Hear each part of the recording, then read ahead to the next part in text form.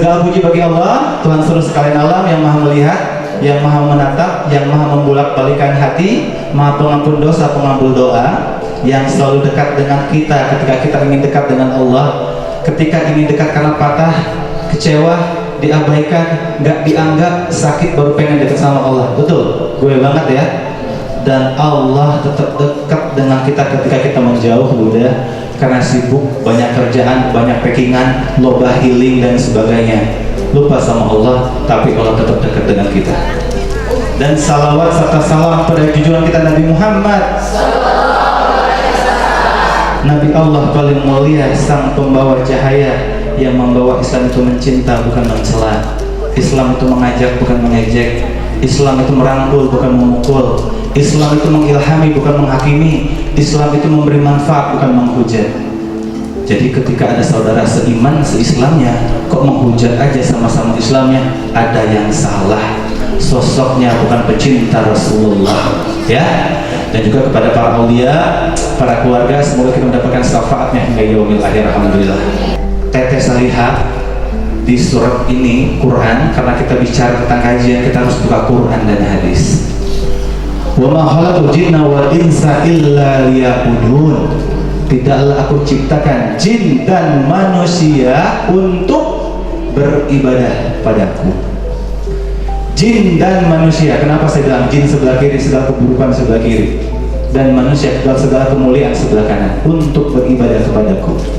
Nah, sekarang kalau diciptakan jin dan manusia untuk beribadah kepadaku, jin dan manusia untuk selalu ingat padaku, bicara tentang wanita dan pria lagi nih, Bunda.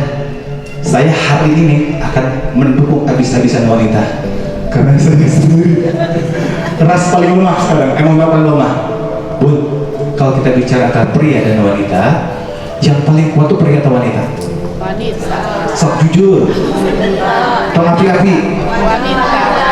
Yang kuat tuh siapa? Perempuan atau wanita? Wanita. Boleh saya jujur ya? Yang kuat itu adalah wanita. Benar loh, benar, wanita. Makanya wanita itu dari habis subuh sampai mau subuh lagi aktivitas sepanjang. Sok Bunda, bangun subuh, nyiapin sholat subuh siapa? Wanita atau ibu. Nyiapin baju sekolah anak-anak siapa? Yang masak siapa? Yang nyuci siapa? Yang ngepel siapa? Yang ganti baju anak kecil pulang sekolah siapa? Yang suka ke Shopee siapa?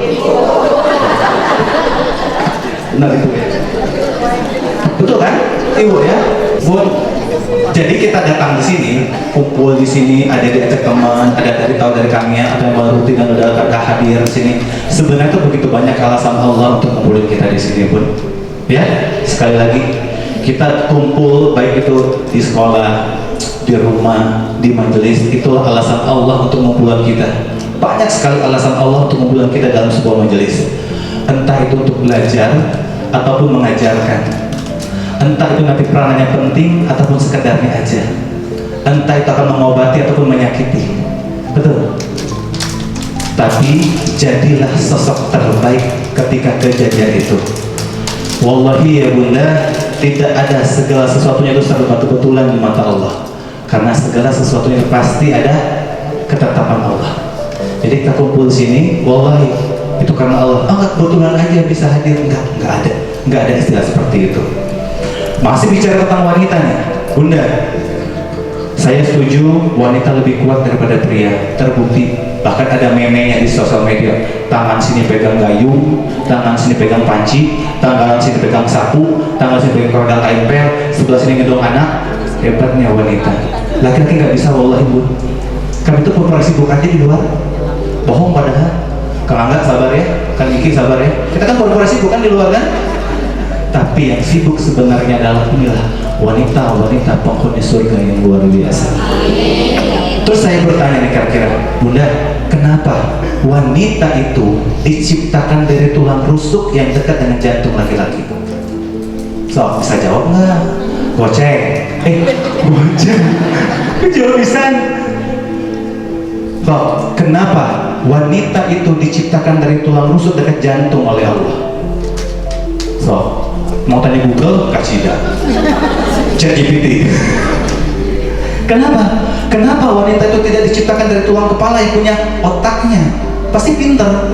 Kenapa enggak dari tulang kaki? Kenapa surga ada di bawah telapak kaki ibu? Betul. Allah yang Maha Kuasa menciptakan wanita dari tulang rusuk yang dekat dengan jantung. Karena apa? Seandainya wanita itu diciptakan dari tulang kepala, dia tidak hanya butuh untuk Anda hormati atau dipuji. Wanita. Dan kenapa tidak dibuat dari tulang kaki walaupun surga ada di bawah telapak kaki ibu? Karena wanita tidak untuk dihinakan. Wanita diciptakan oleh Allah dari tulang rusuk dekat jantung. Biar apa? Buat dicintai, dihormati, karena wanita adalah jantung keluarga. Hebatnya, mulianya wanita.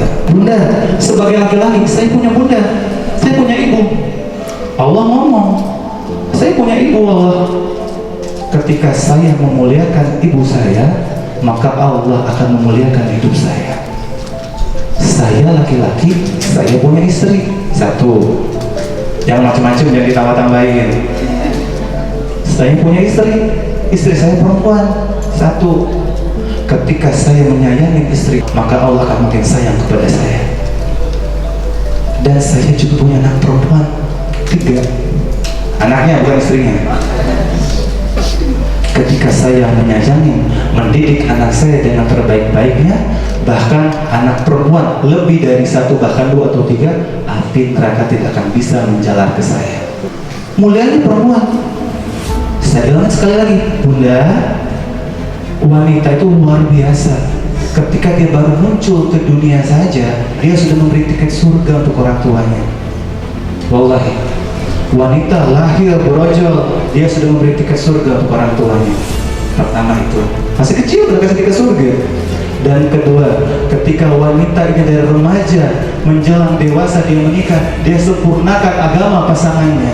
Hebatnya wanita.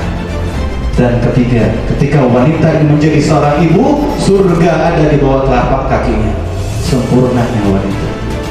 Sekali lagi saya bilang, ya ukhti, ya wanita, jadilah cantik secantik-cantiknya. Jangan hanya cantik paras atau wajahmu. Karena apa? Wajahmu akan berakhir di tanah, tapi cantiknya akhlak akan berakhir di indahnya surga.